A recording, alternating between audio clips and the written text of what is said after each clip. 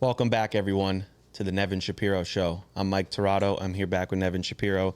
And today, we're going to get into a lot of recruiting updates for you guys, some commitments that came in over the week, and we have some intel about the strength and conditioning coach on really what transpired. So before the video starts, please click this subscribe button. We're dropping videos every week. We're now sponsored by BTN Connect, which is backed by Athlete Narrative, the all-in-one recruiting platform getting kids seen, signed, and to the next level. And of course, as always, let's get into the action. Let's knock out this intel that we just came across. We'll start out with it to start the show. Miami strength and conditioning coach Aaron Feld resigned to what he said was family issues. We had gotten some very close intel that it had to do with Mario switching up certain weight trainings and going against some of the policies and things that Aaron wanted to do with the kids, and Mario was switching it up on him, and he had to come out and say that he was leaving for family issues. My only response to that is that wouldn't have been my subject matter to bring up today, right? But you heard the same thing I heard at the same time.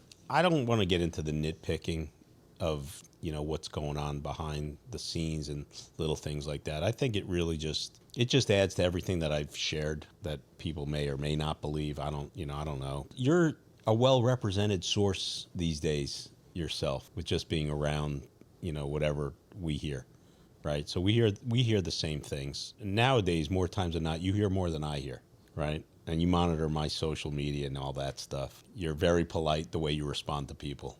Maybe not as polite as I would be, but I don't think that's the biggest deal. At the real true end of the day, Mike, how many games is this guy going to win? And I do have something I'd like to add that you're not expecting. I would love to hear I'm changing my prediction on Miami's record.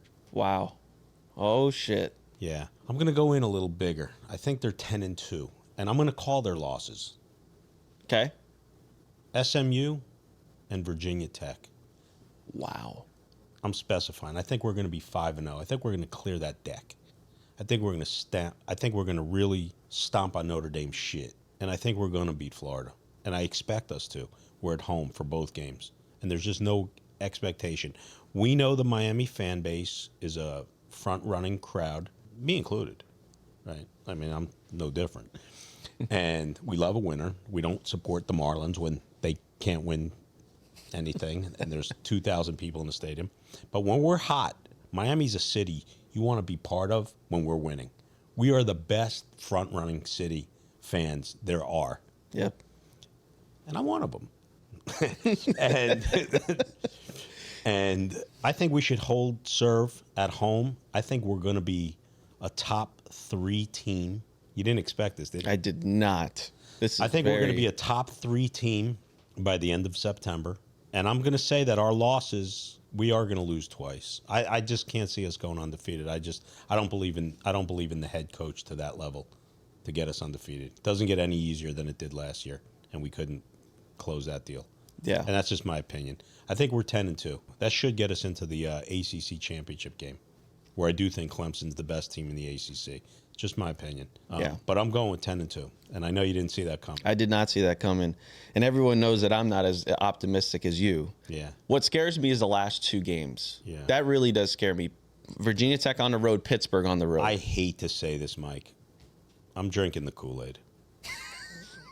Come on, man. Man, I'm drinking the Kool-Aid.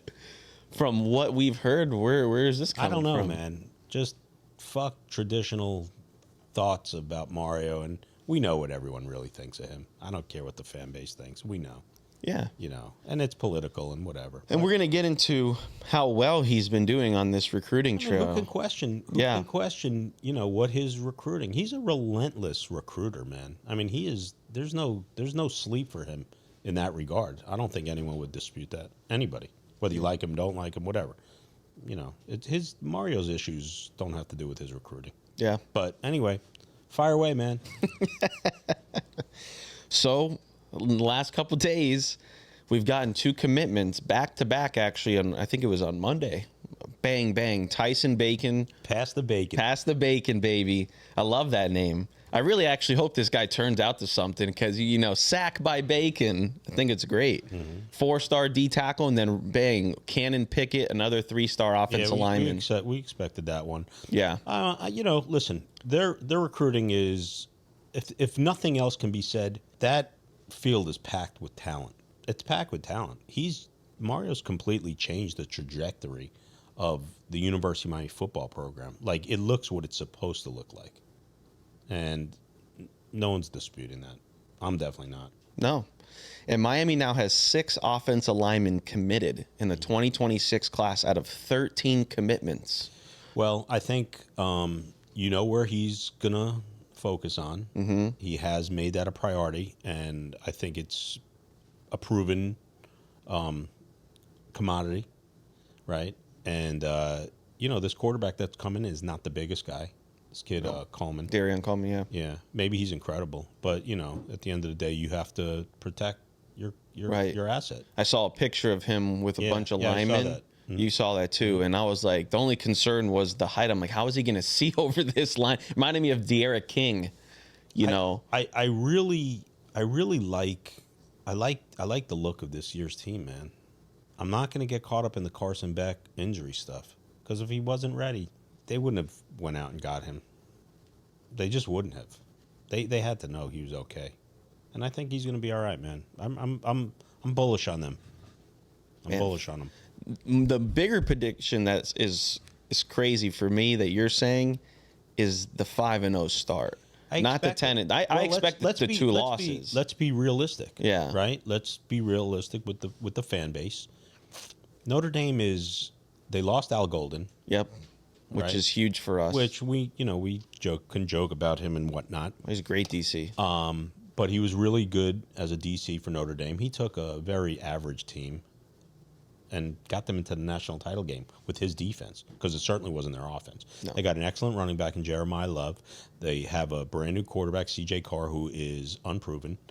Maybe he turns out to be really good, but I think walking into a hornet's nest at Hard Rock Stadium, it's going to be 75,000 or whatever the capacity is, and it's going to feel like 100,000.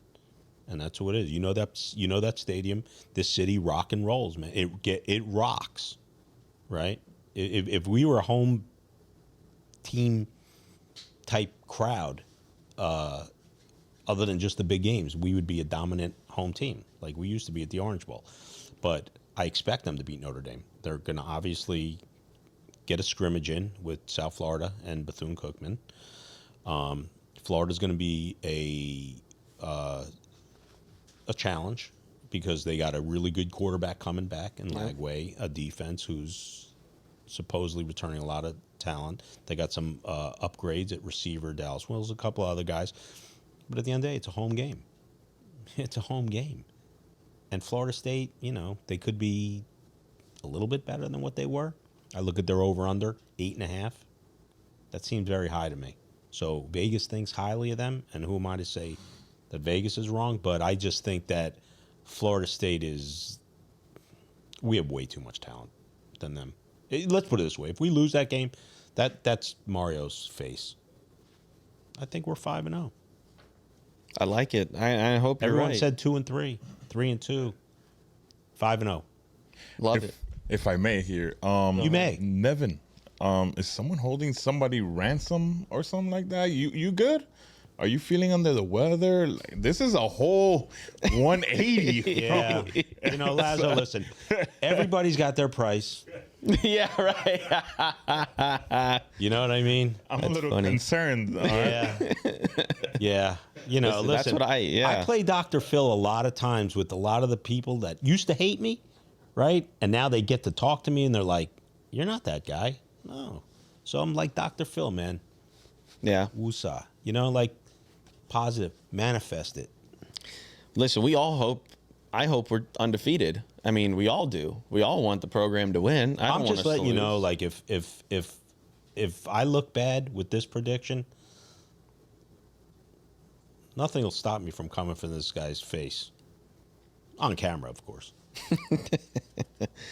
So we're going to get into a couple of guys that are on the trail right now. We have Bryce Perry-Wright, All-American, Adidas All-American. His commitment is July 4th. He's down to 4 schools, Texas A&M, Clemson, Texas, and Miami.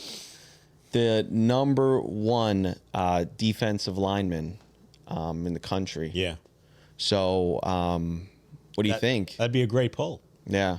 I mean, where was our greatest strides made over the course of our dominance? On the defensive line. We've always been dominant on the defensive line. Always.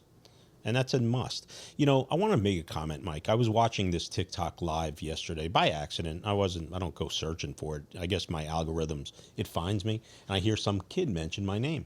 Young guy mention my name. And said, I don't agree with Nevin Shapiro because he thinks, I don't think we really need all guys from Miami. Let me tell you something. Yes, we do. Okay? You look at the greatest players that ever come out of the University of Miami. Ever. And there's not guys that have come from other places. Ed Reed, Louisiana, Reggie Wayne, Louisiana, DJ Williams, California. You can look back the history. You tell me if 85 to 90% of the best players to ever play at the University of Miami don't come from South Florida or the state of Florida.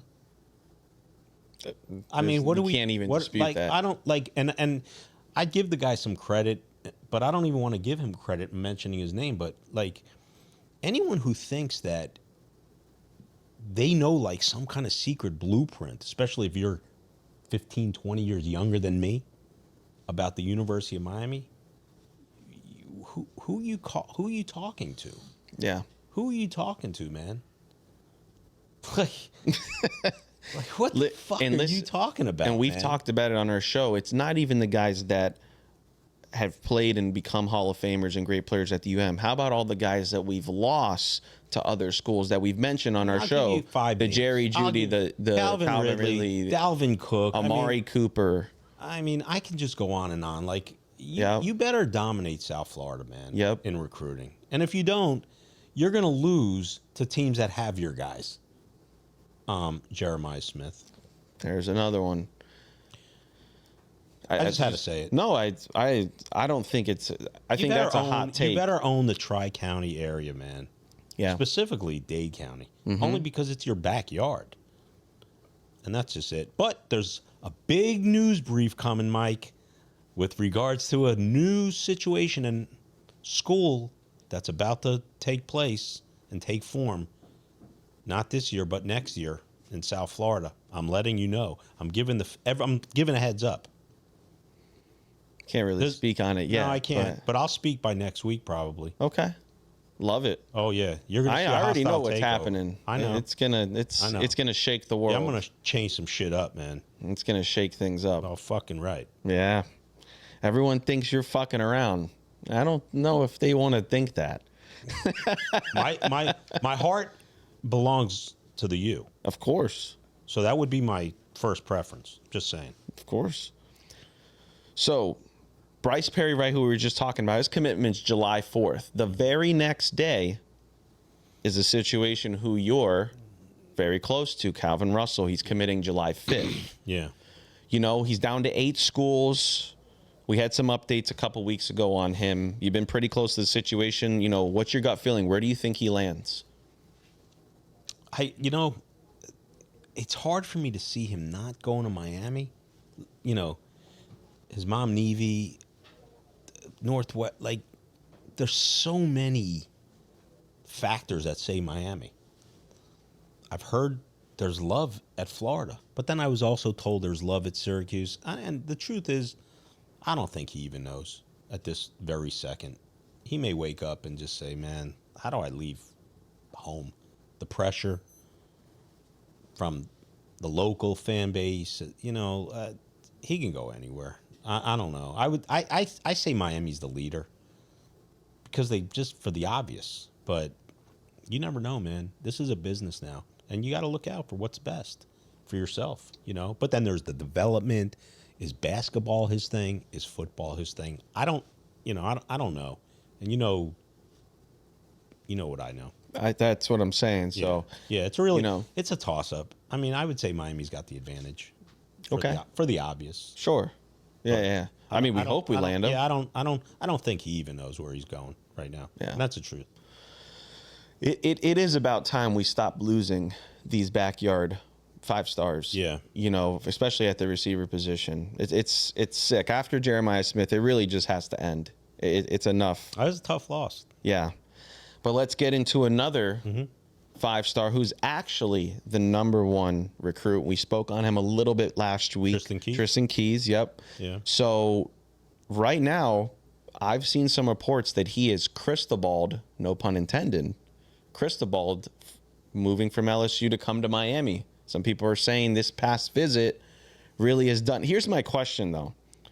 What do you really think happens on these visits at Miami? I mean, it just seems like a kid comes to Miami and then all of a sudden he commits.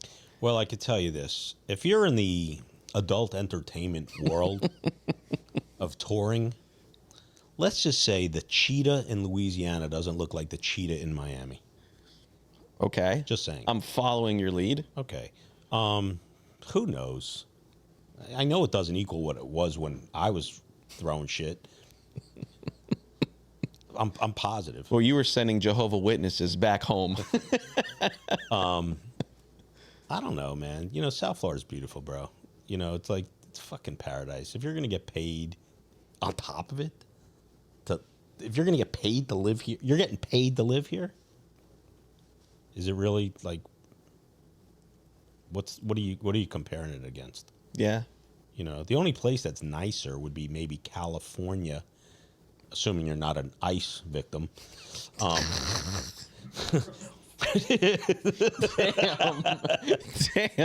Just, I mean, you know, just because of the weather. Yeah. But, yeah, I mean, where would you rather be other than South Florida? It's the best. It's beautiful, man. Yeah. Paradise, bro. It's paradise. So here's my final question, Nev. Where do you see Miami finishing in the rankings of 2026 for recruiting? Top 3. Okay. Top 5 for sure. Top 5, I'd say. Top 5, solid answer. Yeah. You know, just because we're in South Florida, just because we're in Miami, it's not all about Miami, right? Like, you look at Ohio State's recruits. You look at USC. USC's got an insane abundance of top 300 ESPN rated guys. I just think the rating system's a little bit overrated. No pun intended. You got to really be a personnel guy. And you got to be a scout. You know, that's what I always share Alonzo Highsmith's name. Not to make him the Dalai Lama of recruiting, but I think he's got a special eye for talent. And I think you need a guy like that. And I think that's the difference between a 5-star who's made a 5-star by the public as opposed to a guy who's maybe unheralded but really has that it factor and switch.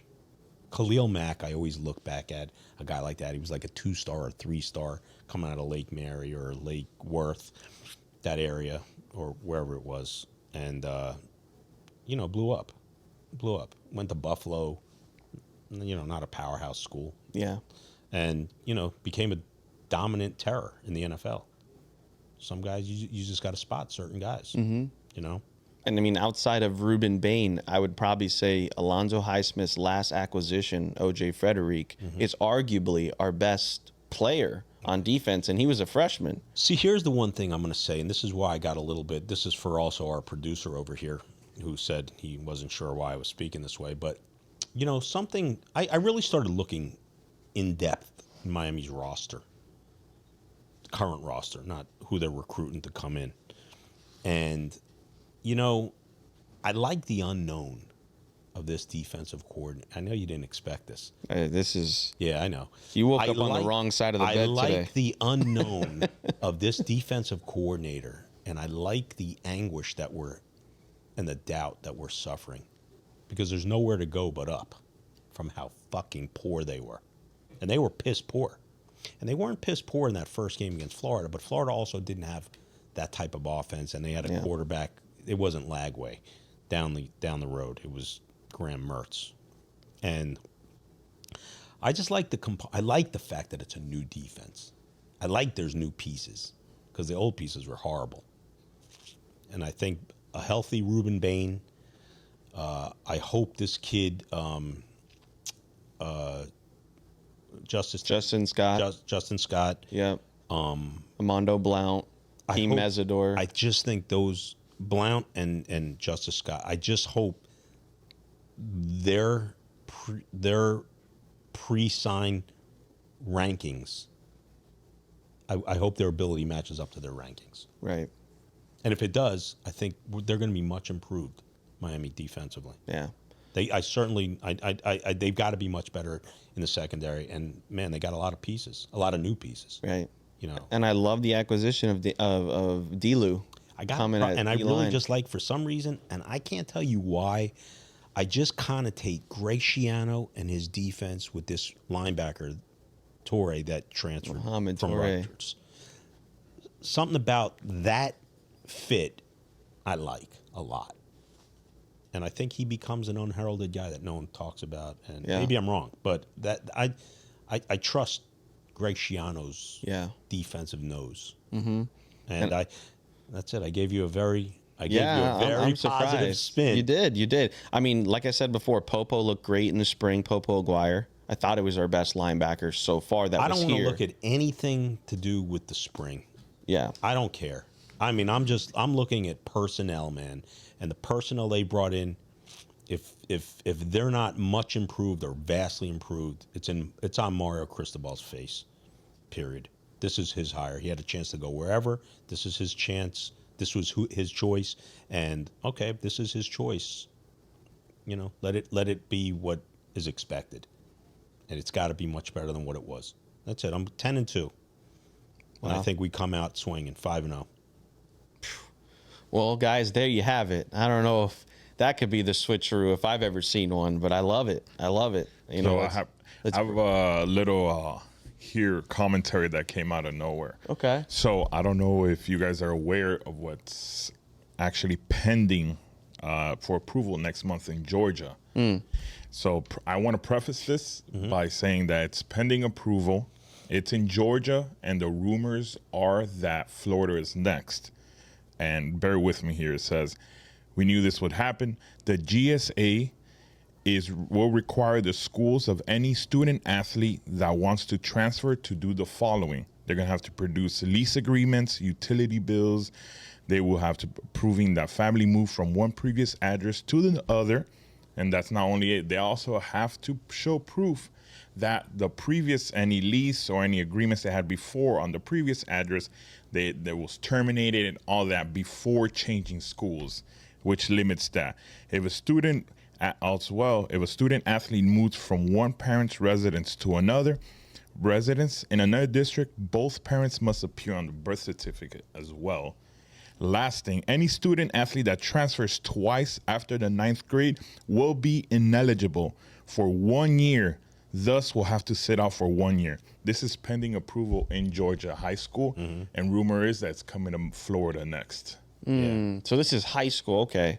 So yeah, I mean, it's going to be a cat and mouse game, and I'd like to see them enforce all this. Yeah, I don't see how they're gonna, and the same thing with this NIL settlement and the new deal with the House ruling, or the $20.5 $1 million cap. million. Yeah, Like, the NCAA has got to be superseded. I've said it forever, and it's no difference. Who's enforcing this stuff? You said it to me the other day, what the attorney said, and you don't have to.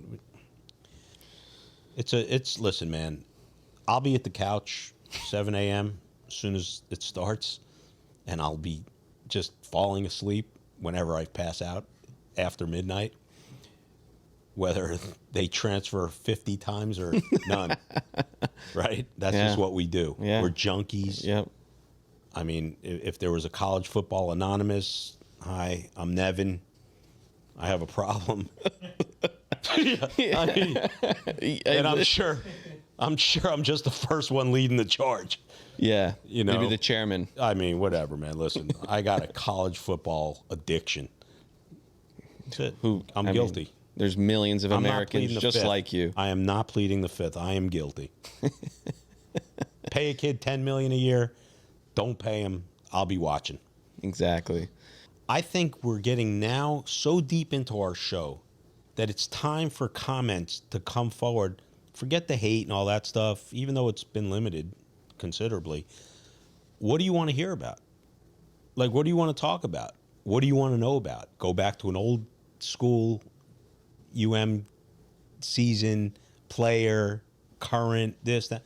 Fire the content at us. Just fire it. I'll answer whatever, man. I'll answer whatever. Yeah. I don't care. It's enjoyable for me. And the fan base. And where do we stand on our giveaways and stuff? You sleeping behind the wheel? No, everything's. We just got to get Sean Taylor's signed, crushing Greg Jones here. I mean, get rid of this stuff.